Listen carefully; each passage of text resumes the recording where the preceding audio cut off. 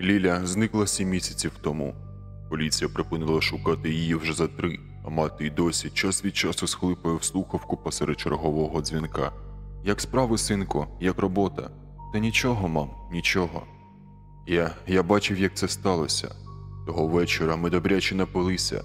Вона розлучилася з черговим пройдисвітом. Я пригощав її спеціально на цей випадок схованим віскі, щосили приховуючи свою тиху радість. Нічого, посумує і перестане, їй не звикати. Так буде навіть краще. Моїй сестрі вічно, катастрофічно не щастило на чоловіків. Схаменулися ми вже о 2-й годині ночі. «Господи, завтра ж на роботу». «Ну так залишайся, зараз знайду тобі футболку». «Ні, поїду. Треба себе до ладу привести». «Може тобі таксі викликати?» «Дурний чи що? Рокфеллер знайшовся. На трамваї 6 зупинок. Доберуся якось, не переживай. Дякую, Антош». «Ну, дивись сама». Наостанок ми вийшли на балкон перекурити. Я, ніяково розсипавши гірко, вибрав із переповненої попільнички найдовший недопалок. Ліля дістала піжонську зубочистку, привалилася до мене і клацнула запальничкою. «О, світло вирубили?» «Угу, і точно». У будинках, що подалі, світилися рідкісні вікна. Вдалині на ТЕЦ сяяла звична заграва електронних прожекторів, але ліхтарі вдовж дороги і на бульварі нагоріли. Темряву на вулиці розбавляли тільки фари рідкісних автівок, що проїжджали повз. Згасли навіть світлофори, і частина міста занурилася в глибокий, немов би рідкий морок. Лише дружно світилося за деревами вікна трамвая, що стояв на рейках. Зараз він був схожий на яскраво освітлений порожній акваріум у темній кімнаті. «Слухай, ну а як же ти поїдеш, якщо електрики немає?» «Ой, ну може не все відключили? Вон світло то горить?»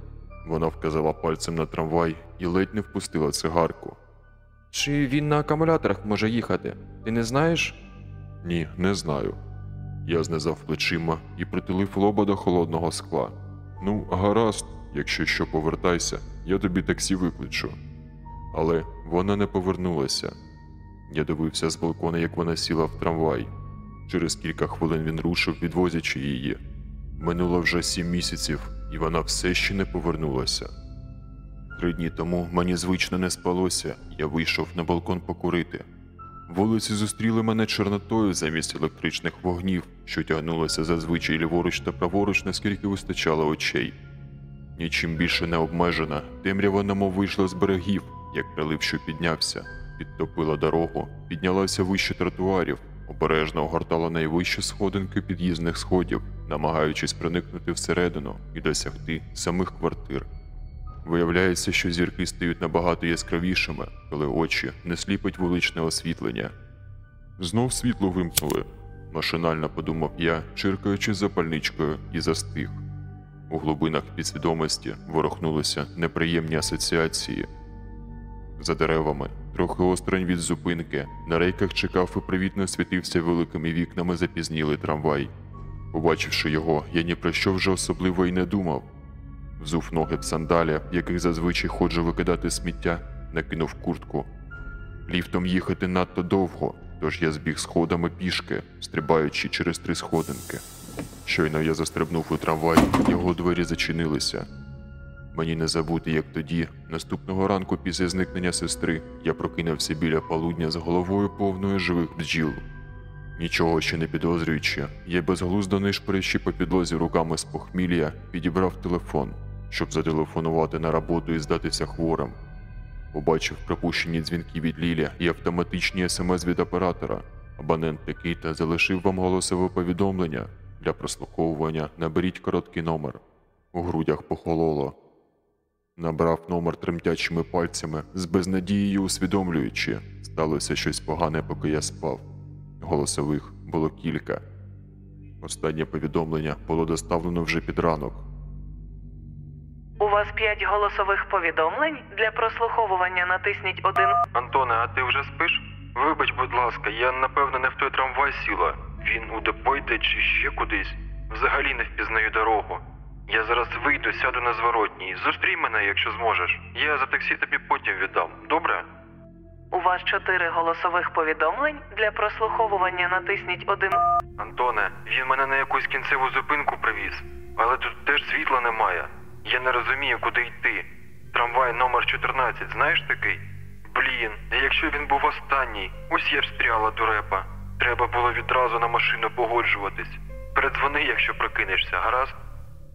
У вас 3 голосових повідомлень. Для прослуховування натисніть 1. Антоне, я не розумію. Я бачу твій будинок, універмаг поруч. Он там бульвар. Я у тебе прямо під вікнами стою. Це він мене назад привіз виходить. Як же так? Я б помітила, якщо б він повернувся на 180 градусів. Гаразд, підіймаюсь. Зараз буду в двері тобі барабанити. Не лайся, будь ласка. А то тут темрява непроглядна, люди поховалися. Моторошно. Я від цих пригод начисто протрезвіла. Блін, варто було тільки віскарь переводити. Усе, біжу, чекай. У вас 2 голосових повідомлень. Для прослуховування натисніть 1.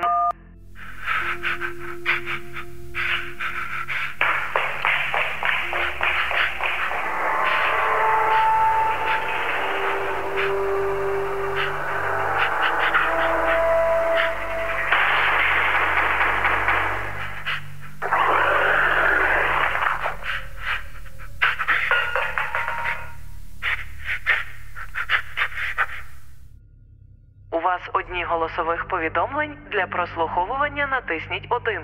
Антош, привіт. Я не знаю, чи отримаєш ти це. Я дурепа так довго світила ліхтариком із телефону і тільки помітила, що він майже сів.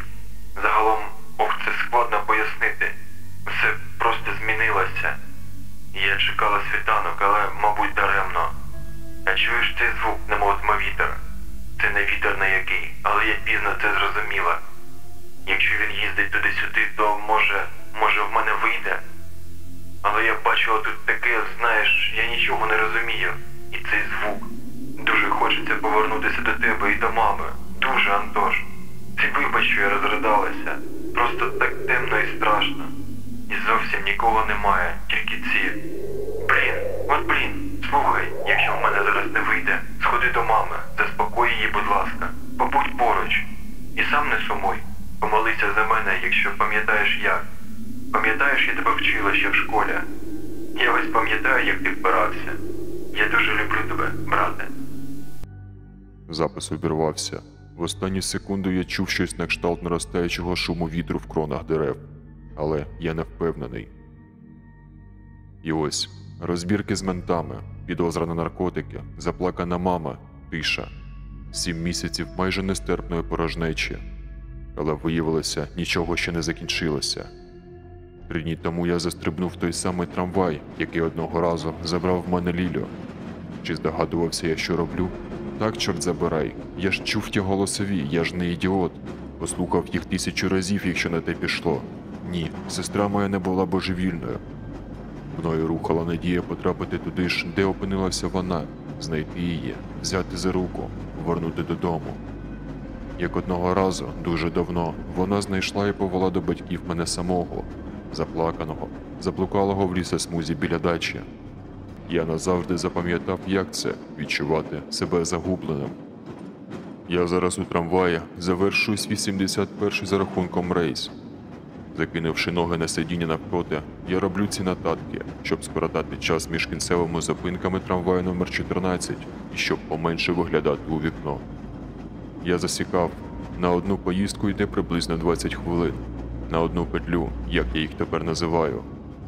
Ніякого трамваю номер 14, звісно ж, ніколи не ходило цими рейками. Але який сенс від цього знання, якщо просто зараз, дивіться, я торкаюся до металевого поручня, кладу долоню на холодне скло, щоб відчути темряву по інший його бік. Цей трамвай без сумнівів існує, і він особливий.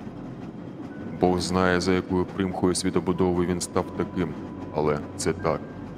Коли він прибуває на зупинку, то випиває все навколишнє світло. Так ви можете за нагоди його впізнати.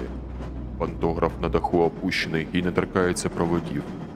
На місці водія начебто нерухомо сидить хтось у помаранчевому жилеті, але відблиски і спотворення скла не дадуть вам змоги роздивитися його обличчя.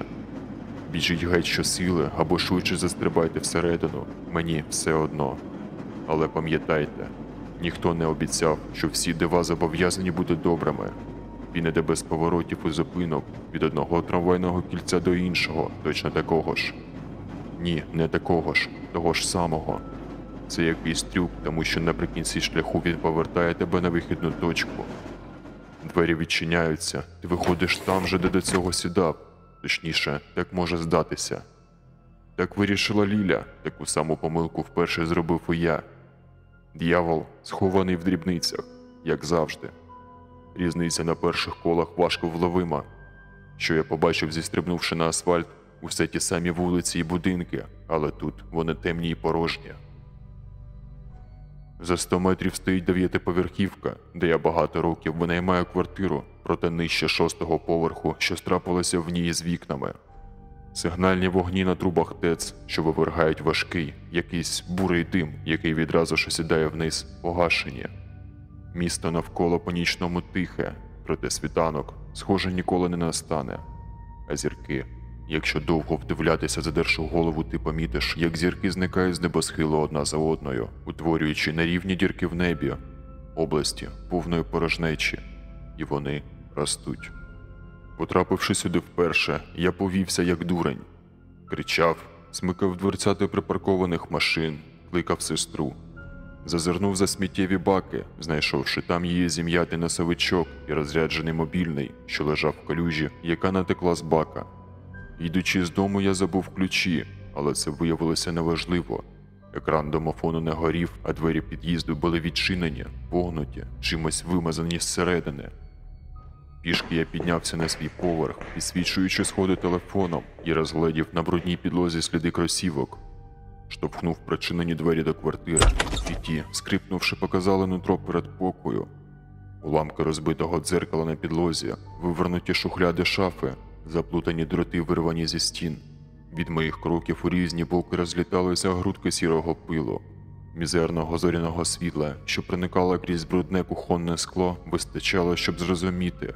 У цьому місці, яке я покинув десь півгодини тому, вже дуже давно, ніхто не живе. У цій квартирі Ліля, звісно ж, не виявилося. У надії повернутися назад, вона, як і сказала телефоном, знову сіла в трамвай, однак той міг зробити тільки одне – відвести її ще глибше, ще далі від дому. У мене є теорія. Я думаю, місце, в яке ти приїжджаєш, завжди трохи відрізняється від того, яке ти покинув 20 хвилин тому. Воно, як би так сказати, трохи зсувається щодо вихідної координати. Так, деякий час я витратив на спробу розібратися в місцевих правилах, щось зрозуміти.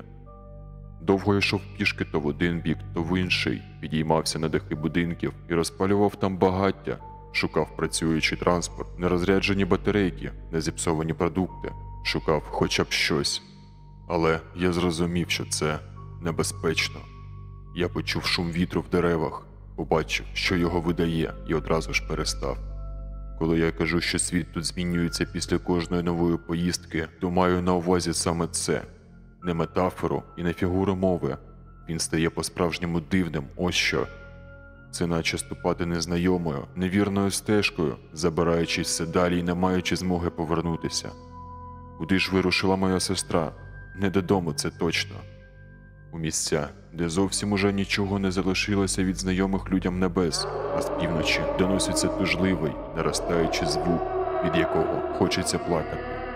Туди, де дерева, що зігнулися, виваються голими гілками, вкриту сіткою варикозних вен землю, де будівлі осядуть опаленими термітниками і зрештою зімкнуться верхівками, утворюючи над рейками нескінченний тунель. А криві ліхтарні стовпи вкриваються потворними наростами, схожими на гриби.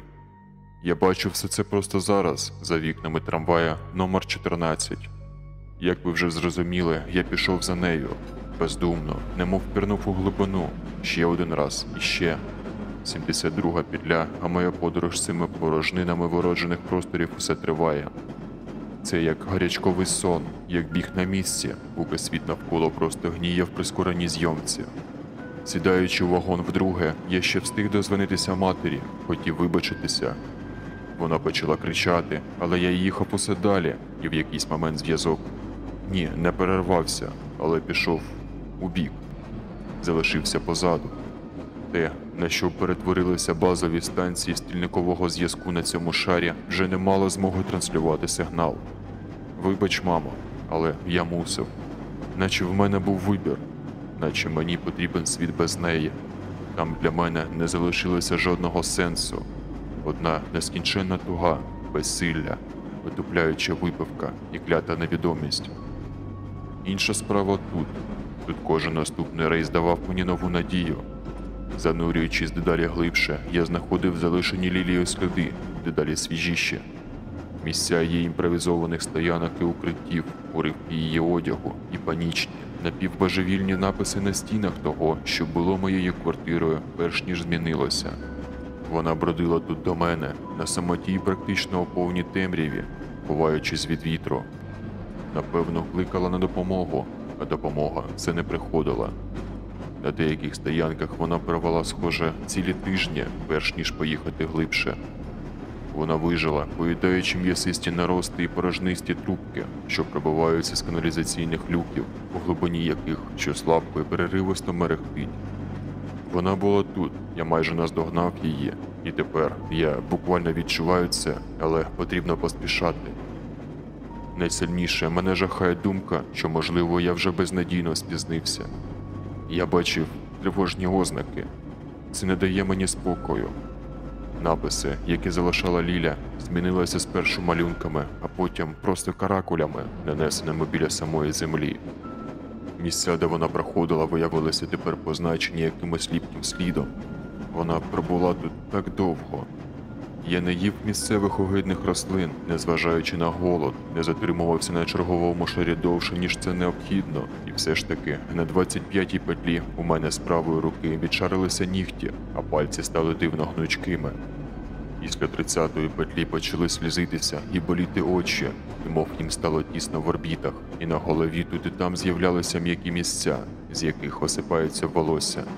Ну, ви розумієте, далі стає тільки гірше. Я відчайдушно боюся, що навіть якщо я знайду Лілю просто зараз, вона вже не знайде собі місця в нормальному світі.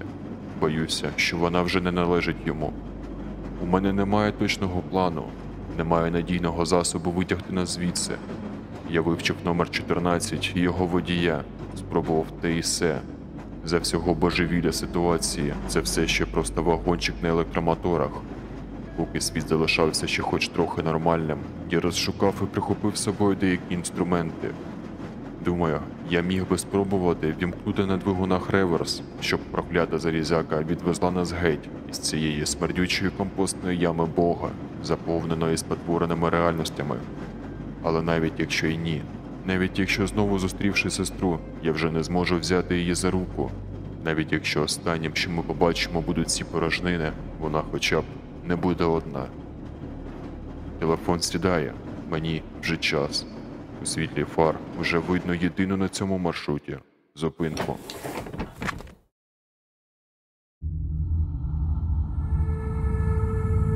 Дослухав історію до кінця. Дякую тобі. Якщо хочеш ще більше моторошних історій, залиш свою козацьку вподобайку, підпишись та поділись зі мною своєю думкою в коментарях. Для мене це дуже важливо.